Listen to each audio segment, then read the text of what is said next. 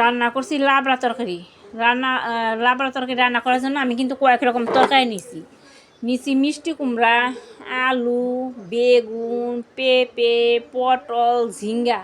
ঘরে যে সব সবজি ছিল আমি তাই দিয়ে রান্না করতেছি। তেলে ফোড়ন দিছি আমি পাঁচ ফোড়ন, শুকনা লঙ্কা আর দিয়েছি আদা বাটা। এই সব কিছু একটু কষে তারপরে কিন্তু আমি সবজিটা দিয়ে দিলাম।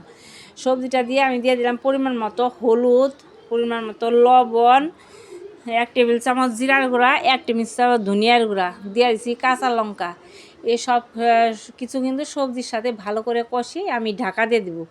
এই সবজিতে কিন্তু জল দেওয়ার প্রয়োজন নাই। আস্তে আস্তে সবজি থেকে জল বের হবে।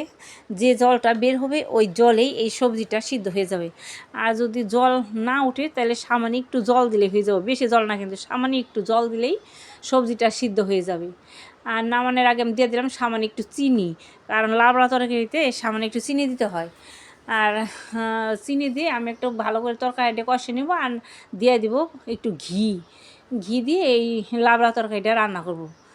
আমার এই লাবড়া তরকারি রান্নার রেসিপিটা যদি ভালো লেগে থাকে তাহলে পেজটি সাবস্ক্রাইব করে আমার ভিডিওতে একটা লাইক করবেন। এর লাবড়া তরকারিতে আরও অনেক রকমের সবজি দেওয়া যায়, কিন্তু আমার ঘরে যে সব সবজি ছিল তাই দিয়ে আমি লাবড়া তরকারিটা রান্না করলাম। এই লাবড়া তরকারি রুটির সাথেও খেতে ভালো লাগে, তারপর লুচি, পরোটা এসব কিছুর সাথে কিন্তু এই লাবড়া তরকারি খেতে ভালো লাগে। আবার গরম ভাতের সাথেও কিন্তু লাবড়া তরকারি খেতে ভালো লাগে।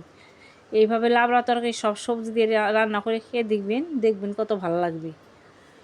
আমার তরকারিটা এখন কিন্তু হয়ে গেছে। এই তরকারিটা কিন্তু লাবড়া তরকারিটা এরকম শুকনা শুকনা করে রান্না করতে হবে।